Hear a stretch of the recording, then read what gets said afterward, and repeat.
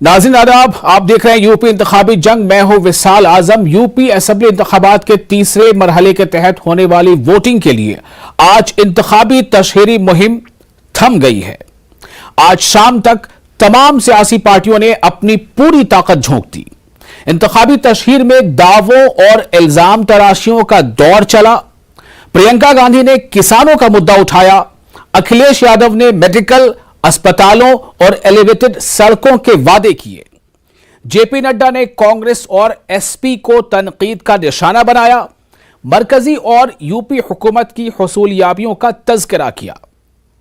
तो वहीं योगी आदित्यनाथ ने अहमदाबाद सिलसिलावार बम ब्लास्ट के एक कसूरवार का ताल्लुक एसपी से जोड़ा, जबकि असद ओवैसी ने योगी अखिलेश को बादशाह सलामत से मौसूम किया और इन दोनों को भाई भाई कहा। मजमूई तौर पर इंतखाबी तशहीर में आज तमाम सियासी लीडरान ने अपने अपने तौर पर वोटरों को लुभाने की खूब कोशिश की। वाज़ेह हो 2 मरहलों की पोलिंग हो चुकी है। अब तीसरे मरहले में उम्मीदवारों की किस्मत का फैसला होना है।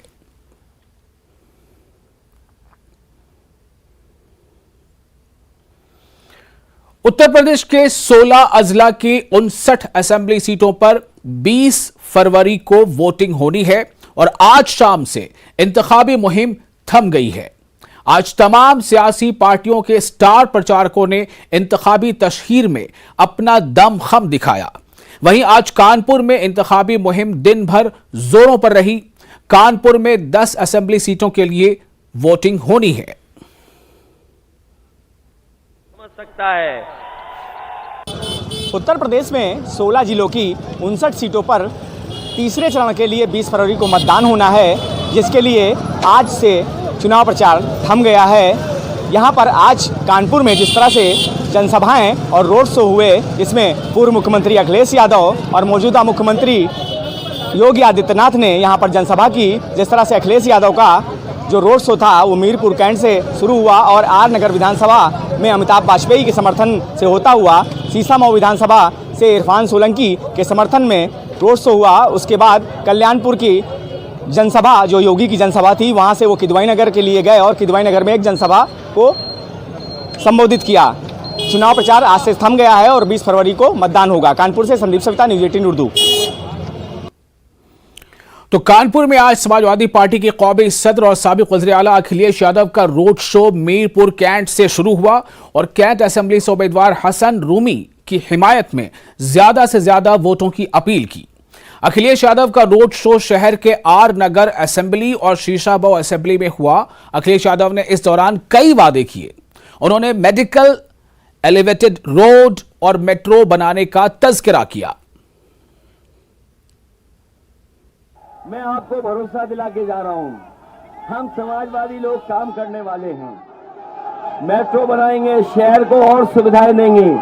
ये जो बंद पड़े हैं कारखाने, इनको लगाएंगे और चलाएंगे और जो सुविधा दे सकते हैं हम लोग सुविधा देंगे। अगर हमें रोडें बनानी पड़ेंगी, एलिवेटेड रोड बनानी पड़ेगी, तो सुविधा देने के लिए आपको एलिवेटेड रोड देंगे। जाम में ना फंसे, जाम में ना फंसे। आपका ये मेडिकल कॉलेज, जितना समाजवादियों ने पैसा दिया इस मेडिकल कॉलेज को, किसी ने पैसा नहीं दिया। मैंने सरकार में कहा है कि अगर हमें अपने शहरों को डीकंजेस्ट करना पड़ेगा, अगर अपने शहरों को, जनता को सुविधा देने के लिए और ट्रैफिक के सुधार के लिए अगर हमें शहरों को डीकंजेस्ट करना भी पड़ेगा तो हम करेंगे। और आपके मेडिकल कॉलेज को इस तरीके से बनाएंगे कि गरीब अगर इलाज कराने जाएगा तो गंभीर से गंभीर बीमारी के लिए उसे कोई पैसा नहीं देना पड़ेगा। चुनावी मौका है, इसलिए वादे भी होते हैं, पहले भी होते रहे हैं, उसके पहले भी होते रहे हैं। लेकिन क्या करें, ये तो रस्म है, ये रिवाज है। जनता के बीच जाना है और अवाम को भी सुनना है, समझना है, परखना है, फिर वोट डालना है। आगे बढ़ते हैं। एमआईएम सदर असदुद्दीन ओवैसी ने जालना में अवामी जलसे से खिताब किया। इस मौके पर एसपी और बीजेपी को सख्त तनकीद का निशाना बनाया। उन्होंने कहा कि योगी आदित्यनाथ और अखिलेश यादव खुद बादशाह सलामत समझते हैं खुद को। ओवैसी ने कहा कि बीजेपी की हुकूमत में सबका साथ और सबका विकास नहीं हुआ। दोनों अपने आप को नेता नहीं बल्कि बादशाह सलामत समझते हैं और योगी अपने आप को दिल्ली के सुल्तान के बादशाह का वजीर समझते हैं। तो इसीलिए जो राजनीति में बादशाह बन जाता है उसको हटाना जरूरी है। जब वोट लेने के लिए आती है तो बीजेपी क्या कहती है कि भाइयों बहनों मुगलों को हराना है, हम मोदी को वोट दे दो। यानी मुगल चले गए, मर गए अपने खबरों में, उनकी हड्डियां भी गल गई होंगी, मगर बीजेपी को जितना मुगल और पाकिस्तान याद है हमारे ख्वाब में भी हम जिक्र नहीं करते। वही मामला अखिलेश का है। इनको ख्वाब में कृष्ण आकर बोल दिए कि बेटा तू बन गया और उनकी जबान से निकल गया जिन्ना। मेरे पास डेटा है, आंकड़ा है और मैं समाजवादी बीजेपी को चैलेंज कर रहा हूं। अगर मैं झूठ कह रहा हूं तो मुझे झूठा साबित करो। क्या ये बात सच नहीं है कि उत्तर प्रदेश में सबसे कम ग्रेजुएट अल्पसंख्यक समाज के मुसलमान? क्या ये बात सच नहीं है कि सबसे कम पढ़े लिखे अल्पसंख्यक समाज के मुसलमान? क्या ये बात सच नहीं है कि सबसे ज्यादा बच्चे और बच्चियां स्कूल से बाहर है तो अल्पसंख्यक समाज के मुसलमान? सबसे ज्यादा बेरोजगार और गरीब है तो अल्पसंख्यक समाज के? तो बताओ योगी, सबका साथ, सबका विकास, सबका विश्वास, ये सब झूठ है। इन्होंने कुछ नहीं किया। और बाबू सिंह कुशवाहा ने सही कहा कि ओबीसी समाज से बीजेपी ने हिंदुत्व के नाम पर वोट तो लिया मगर दिया बाबा का राज, ठाकुर राज। चलिए आगे बढ़ते हैं, कांग्रेस की बात करते हैं। कांग्रेस की जनरल सेक्रेटरी प्रियंका गांधी ने आज वर्चुअल खिताब किया जिसमें उन्होंने पीएम मोदी को सख्त तनकीद का निशाना बनाया। प्रियंका गांधी ने कहा कि अगर इलेक्शन न आया होता तो मुतनाज़ा ज़राई कवानीन यानी कृषि कानून भी वापस नहीं लिए जाते। उत्तर प्रदेश में मोदी जी उस दिन कह रहे थे कि पता नहीं कितने हजारों लखपति बन गए हैं। अरे मैं गांव गांव में जाती हूँ, जिले जिले में जाती हूँ, मुझे तो कोई लखपति नहीं दिख रहे हैं। मुझे तो उल्टा दिख रहा है कि जो लखपति था वो भी गरीब होने लगा है। आपने देखा होगा कि किसान कानून लाने की क्या कोशिश की उन्होंने। अगर किसानों ने एक साल के लिए आंदोलन नहीं किया होता और अगर उस आंदोलन के अंत में चुनाव नहीं आ रहा होता तो मैं आपको दावे के साथ कह सकती हूँ कि कोई बदलाव नहीं आता। मोदी जी आपके सामने आकर झूठे आंसू बहाकर आपसे माफी नहीं मांगते उन कानूनों के लिए अगर चुनाव नहीं आ रहा था। एक साल बीत गया, किसान दिल्ली के बॉर्डर पे बैठे रहे, चाहे वो यूपी के किसान थे, पंजाब के थे, उत्तराखंड के थे, हरियाणा के थे। आंदोलन किया, कोई उनकी सुनवाई नहीं हुई। सारे किसान कह रहे थे कि ये जो आप बिल ला रहे हैं ये हमारी भलाई के लिए नहीं है, लेकिन भाजपा की सरकार कह रही थी नहीं तुम्हारी भलाई के लिए ही है। कि जब महिलाओं पर अत्याचार हुआ, उन्नाव में हुआ, हाथरस में हुआ, शाहजहांपुर में हुआ, किसने सुनवाई की? क्या ये बड़े बड़े नेता चाहे समाजवादी के हों, बसपा के हों, भाजपा के हों, क्या ये अपने घर से निकल के आए देखने के लिए? चलिए घर से नहीं निकलना, इन्होंने पूछा भी कोई व्यवस्था है, कोई मदद कर रहा है? तो इस तरह भी लोगों से खिताब किया गया और ये एहसास कराया गया कि आप समझिए, आप सुनिए और हालात का मुशाहिदा कीजिए कि कौन आपके फायदे में है, कौन आपके लिए फायदा नहीं कर सकता, सिर्फ झूठे वादे करता है। यह भी एहसास दिलाया गया। कासगंज में 20 फरवरी को पोलिंग होनी है। खेतीबाड़ी का मसला सबसे ज्यादा उठाया जा रहा है। हर कोई अपने मंशूर में किसानों की तरक्की की बात कर रहा है। इस हवाले से खुद किसानों का क्या कुछ कहना है, कासगंज के किसान किन मुद्दों पर वोट करेंगे, उन्होंने हमारे नुमाइंदे रोहित सिंह से बातचीत की। इस समय हम कासगंज में मौजूद हैं और किसानों से बात करते हैं। 20 फरवरी को यहाँ पर मतदान होगा, तो ऐसों में किसानों के क्या मुद्दे रहेंगे? संजय जी, हम आपसे बात करते हैं, आप जिला अध्यक्ष हैं भारतीय किसान यूनियन के। किन मुद्दों पे वोट करेंगे किसान यहाँ पर? हमारा वोट विकास पे, बेरोजगारी पे और एमएसपी पर होगा। इस सरकार ने हमारी एमएसपी पर कोई गारंटी नहीं दी, न समिति बनाने की बात की, वो नहीं बनाई। और हम किसानों को 1 साल तक बॉर्डर पर बिठाए रखा, इसकी सजा इनको निश्चित मिलेगी। काफी नाराज लग रहे हैं आप।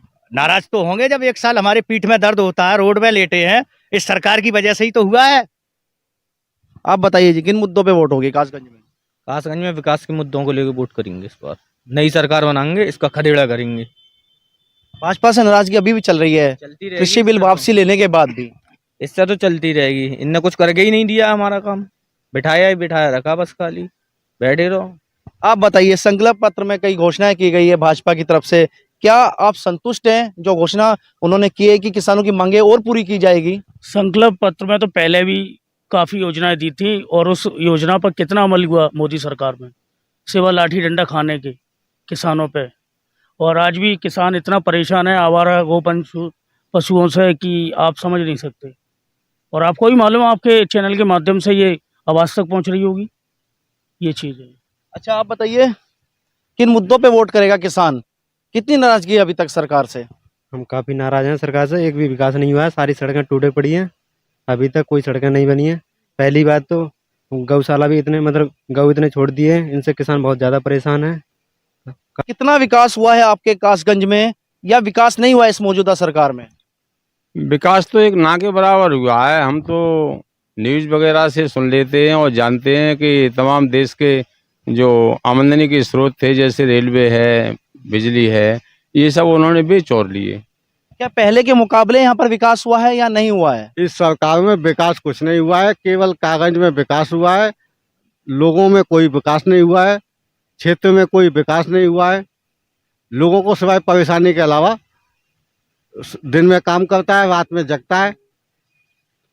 आप बताइए, आप एक युवा भी हैं, किन मुद्दों पे वोट करेगा किसान? युवाओं को चाहिए सिर्फ और सिर्फ नौकरी। नौकरी पे बात होगी। अब जो भी बात होगी वो सिर्फ और सिर्फ नौकरी पे होगी। नौकरी दो, वोट लो। संजय जी, देखा जा रहा है किसानों का असर बहुत हो रहा है इस कासगंज में की बात करें तो। हाँ, किसान हैं तो किसानों का असर तो होगा ही, और जो किसान के लिए काम करेगा वही हम पर राज करेगा। जो किसान के हित की बात नहीं करेगा वो हम पर शासन नहीं करेगा। हर पार्टी किसानों की बात कर रही है, अपने अपने संकल्प पत्र ला रही है, घोषणा पत्र जारी कर रही है कि किसानों के लिए बहुत योजनाएं की जाएगी। तो किस नजरिए से देखते हैं कि कहीं ना कहीं अब किसानों के महत्व और अधिक बढ़ गया है? किसान के जो संगठित हैं, किसान इनके संगठन की जीत है। ये किसान जो संगठित रहे हैं उसका ये आज निर्णय है कि सभी पार्टियां किसानों को प्रमुखता पर रखे हैं। हम किसानों से अपील करते हैं इसी तरीके से संगठित रहें। सब राजनीतिक पार्टी आपको वरीयता निश्चित देंगी और उनकी मजबूरी भी होगी, और एक दिन आपको एमएसपी कानून भी मिलेगा। देखिए, ये कासगंज के किसान थे और ये गाजीपुर बॉर्डर पर भी मौजूद थे। किसानों का आंदोलन बहुत ही लंबे समय तक चला और ये जो किसान थे मैं वहां पर मौजूद भी रहे। अगर आप बात करें तो 20 फरवरी को मतदान होगा और 10 मार्च को निर्णायक रिजल्ट आएगा। फिर देखा जाएगा किसकी सरकार बनती है और किसानों को किससे कितना लाभ मिलता है। रोहित सिंह, न्यूज़ 18, कासगंज। तो किसानों को चाहिए सहूलतें, किसानों को चाहिए खेतों में पशु यानी गाय या दूसरे जानवर ना आए, क्योंकि उससे वो बहुत ज्यादा परेशान हैं। जो बेरोजगार हैं उन्हें चाहिए नौकरी। यानी ये जो कसौटी है इस पर कसेंगे वो कि कौन खरा उतरा, कौन खरा उतरने की बातें कर रहा है। महंगाई ये अलग मुद्दा है। आगे देखिए, बीजेपी के कौमी सदर जेपी नड्डा ने अयोध्या से यूपी इंतखाबात के 5वें मरहले की मुहिम शुरू कर दी। अयोध्या जिले में 27 फरवरी को वोटिंग होनी है। जेपी नड्डा ने अपने खिताब में राहुल गांधी और एसपी सरबराह और साबिक वजीर आला अखिलेश यादव को निशाना बनाया। उन्होंने मरकजी और रियासती हुकूमतों की स्कीमों के हवाले से भी तज़किरा किया।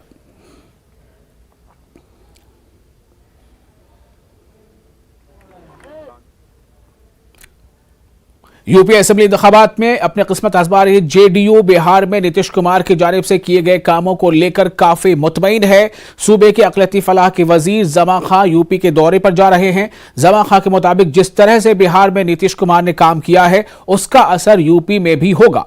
वजीर का कहना है कि शराबबंदी और समाज सुधार अभियान से बिहार और यूपी के सरहदी इलाकों में लोग नीतीश कुमार को पसंद करते हैं।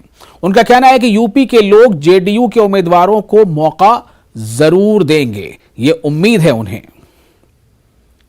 4 रोज उत्तर प्रदेश में रहा और 4 रोज उत्तर प्रदेश में उसमें बनारस, जौनपुर टच किया, मिर्जापुर टच किया। वहाँ के जो ये सब बॉर्डर लगता है हम लोगों के, हमारे बिहार का लगभग बॉर्डर ही है इसको, चंदौली भी है, चंदौली में था 3-4 घंटे 6 घंटे वहाँ प्रोग्राम रहा था। तो बॉर्डर लाइन में जो हमारे माननीय मुख्यमंत्री जी का काम है, इसको लेकर चर्चा का विषय बना हुआ है। इस लोग जनता के बीच में ये आवाज़ उठी है कि किसी भी प्रदेश में, उत्तर प्रदेश ने किसी भी प्रदेश में माननीय मुख्यमंत्री जी का कोई जवाब नहीं काम करने में। और जो अभी आपने शराबबंदी को लेकर जो हमारा चला है, हमारी सरकार ने चलाई, शराबबंदी को लेकर वहाँ के भी लोग, गरीब जनता खुश है। उन्होंने कहा हम उनसे कैसे हमने बंद कराया, इस चीज़ को हमारे यहाँ भी सीएम से, हमारे आप इस सीएम से बात करें जो भी हो। इसलिए कि शराबबंदी से जिस तरह आपके यहाँ भाईचारा बढ़ा है, जो लड़ाई झगड़ा होते परिवार में होता था उन्हें ऊपर एक्सीडेंट कम हुआ है, गरीब परिवार इसमें उलझ जाता था, बच्चे नहीं पढ़ पाते थे, समस्याएं थी तमाम तरह की, आज सब ठीक ठाक है। जेडीयू में हम लोग 10 सीट जीतने जा रहे हैं, बॉर्डर से लेते हुए और बीच में भी। जैसे मान लीजिए लखनऊ में कैंट क्षेत्र है, वहाँ मेरा प्रोग्राम था, वहाँ के लोगों की जनता के अंदर, चूँकि बिहार के जो लोग हैं वो लोग से और जो लोग टच में आ रहे हैं, उनका भी क्या नाम है, जो बिहार लोग हमारे लोग उनसे बात हो रही है, उनका नहीं भाई, वो लोग भी तैयार है, नहीं भैया कुछ भी हो, आपका नेता अलग छवि है, अलग काम की, उनका अलग काम करने का तरीका है, तो तरीका अलग है, उनके अंदर जात की बात नहीं है, कोई मतलब नहीं है, सबका काम करते हैं, ये भी नहीं देखते कौन वोट दिया कौन नहीं दिया, बहुत मीडिया में छाने का उनका ये शौक़ नहीं है, काम करने का शौक़ है। ये देखते हुए वहाँ के लोग हमारे लोकप्रिय नेता को चाह रहे हैं, और लोकप्रिय नेता का काम जो बोल रहा है उससे हम लोगों को मिलने में, जुलने में, समझाने में हम लोग सहूलियत मिल रही है। पोलिंग डे से पहले लोगों में वोटर बेदारी लाने के लिए इलाहाबाद में रियासती सतह के खिलाड़ियों ने अवामी बेदारी मुहिम की शुरुआत की है। खिलाड़ियों की तरफ से चुनाव के दिन वोट डालने के लिए लाजमी तौर से घरों से निकलने की अपील की जा रही है। उत्तर प्रदेश हुकूमत की तरफ से शुरू की गई इस मुहिम में मकामी और रियासती सतह के खिलाड़ियों को शामिल किया गया है। 5 रोजा इस मुहिम का इफ्तिताह डिस्ट्रिक्ट मजिस्ट्रेट संजय कुमार खत्री ने किया। इस मौके पर खिलाड़ियों को इस बात का हलफ दिलाया गया कि वो हक रायदही का इस्तेमाल लाजमी तौर से करने के लिए लोगों को रागिब करेंगे। 5वें मरहले के तहत इलाहाबाद में आइंदा 27 फरवरी को वोट डाले जाएंगे।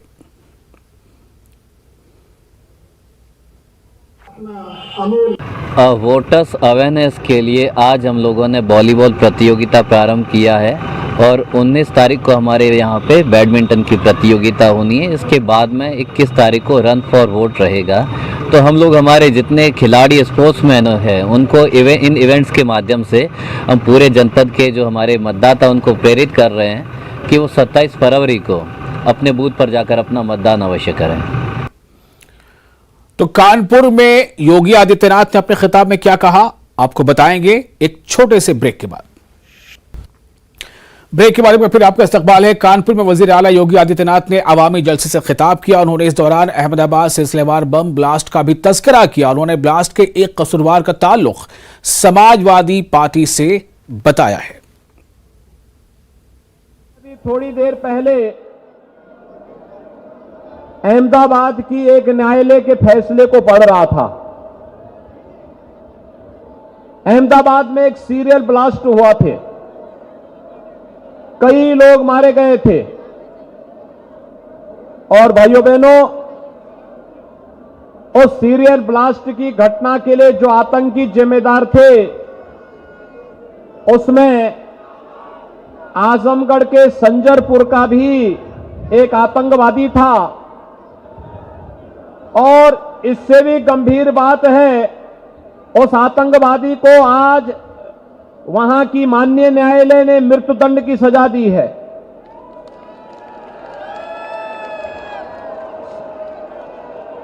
उस आतंकवादी के पिता का संबंध, उसके परिवार का संबंध किससे है मालूम है? समाजवादी पार्टी से। तो ये भी एक अंदाज है तशहीर का ताकि लोग हमें वोट दें। आगे बढ़ते हैं। उन्नाव में बीएसपी की एक आवामी मीटिंग हुई। बीएसपी के कौमी जनरल सेक्रेटरी सतीश चंद्र मिश्रा जलसे आम से खिताब करने पहुंचे। इस मौके पर उन्होंने जमकर मुखालिफ सियासी पार्टियों को तनकीद का निशाना बनाया। वहीं सतीश चंद्र मिश्रा ने कहा कि बीएसपी अक्सरियत से जीत रही है और उन्नाव में तमाम सीटों पर बीएसपी ही कामयाब होगी। हमारी कामयाबी से सब हैरान रह जाएंगे। ये था सतीश चंद्र मिश्र का दावा। दोनों जो चुनाव जिसमें वोट पड़ चुका है उसमें एक तरफा वोट बहुजन समाज पार्टी को पड़ा है और अब की बार बहुत अचंभित होंगे लोग, बहुत ही परेशान भी होंगे जो विरोधी लोग हैं। एजेंडा उत्तर प्रदेश में बेरोजगारी दूर करने का है, किसानों को उनका हक दिलाने का है, कानून द्वारा कानून का राज्य स्थापित करने का है और चौतरफा विकास करने का काम है। हर तरफ विकास। कितनी सीटें निकलनी है? जितने लोगों को प्रताड़ित किया गया है इस सरकार में, उन्नाव के अंदर भी हर जिले में उन सबको न्याय दिलाया जाएगा। उन्नाव में कितनी सीटें निकलनी है? उन्नाव में हर सीट में बहुजन समाज पार्टी जीत रही है। बहुजन समाज। यूपी असेंबली इंतखाबात में सियासी जमातों के मुख्तलिफ वीडियोस तेजी से वायरल हो रहे हैं। इस दौरान कानपुर के गोविंद नगर असेंबली सीट से कांग्रेस उम्मीदवार करिश्मा ठाकुर का एक वीडियो वायरल हो रहा है। इस वीडियो में करिश्मा ठाकुर बीजेपी कारकुनों से घिर गई हैं, जबकि कांग्रेस उम्मीदवार लड़की हूं, लड़ सकती हूं का नारा लगाने के लिए वो अकेली कांग्रेस का झंडा उठाए हुए हैं।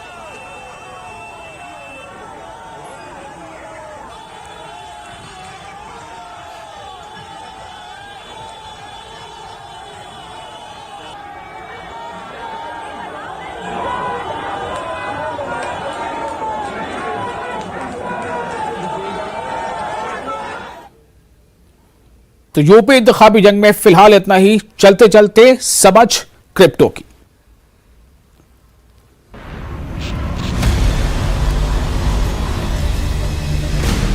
Z and news 18 network present crypto की समझ।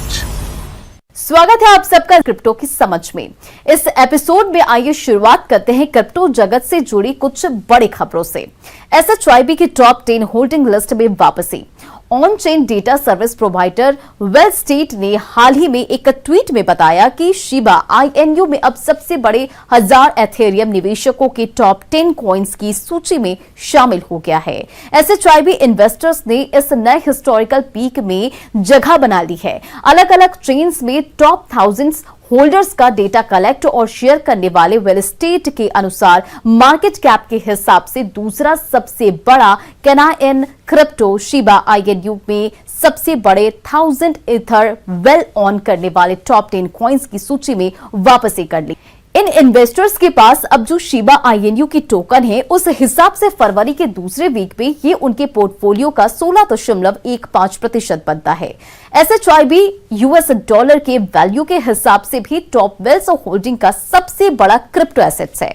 टॉप 10 की इस लिस्ट में एथेरियम पहले और शिबा INU दूसरे नंबर पर है। $80 मिलियन बग एक्सप्लॉइट के बाद बनी एंड क्यूबिट DAO में तब्दील। बनी फाइनेंस और क्यूबिट की डेवलपमेंट टीम ने प्रोटोकॉल के उलट जाते हुए इसे एक डिसेंट्रलाइज्ड ऑटोनोमस ऑर्गेनाइजेशन यानी कि DAO में बदलने का फैसला किया है।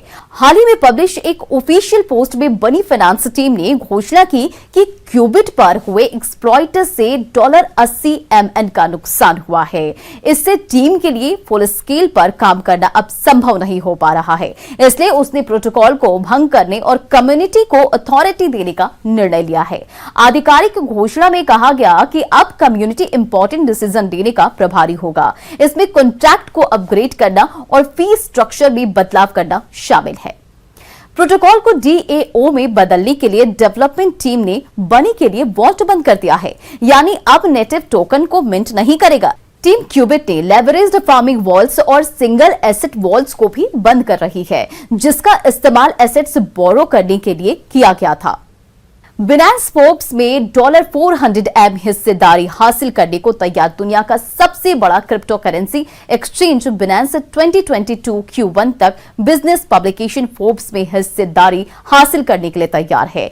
ऐसा इसलिए संभव हो पा रहा है क्योंकि ये media company digital financial system में अपनी पैठ को दोगुना करने के लिए उत्सुक है। क्रिप्टो फ्रॉम फोर्ब्स में $400 MN का निवेश करेगी। अपने पूंजी निवेश के अलावा बिनांस फोर्ब्स को डिजिटल एसेट्स और वेब3 रणनीति पर सलाह भी देगी। फोर्ब्स पर बिनांस सौदे के प्रभाव पर टिप्पणी करते हुए पब्लिकेशन के CEO माइक फेडरल ने कहा कि फोर्ब्स जटिलताओं को दूर करने और ब्लॉकचेन टेक्नोलॉजी और सभी उभरती डिजिटल एसेट्स के बारे में उपयोगी जानकारी देने के लिए प्रतिबद्ध है।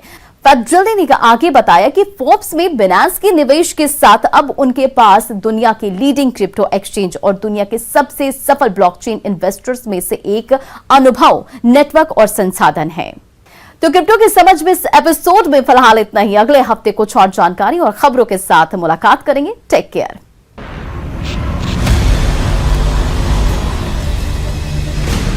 ज़ेड पे and news 18 network present crypto की समझ।